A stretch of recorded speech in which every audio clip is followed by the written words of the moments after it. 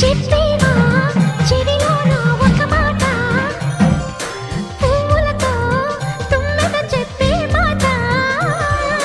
నీ చిరునవ్వు సాక్షిగా తాజ్ మహల్ నాదట, నీ పెదవంచు సాక్షిగా షాజహాను నేనట.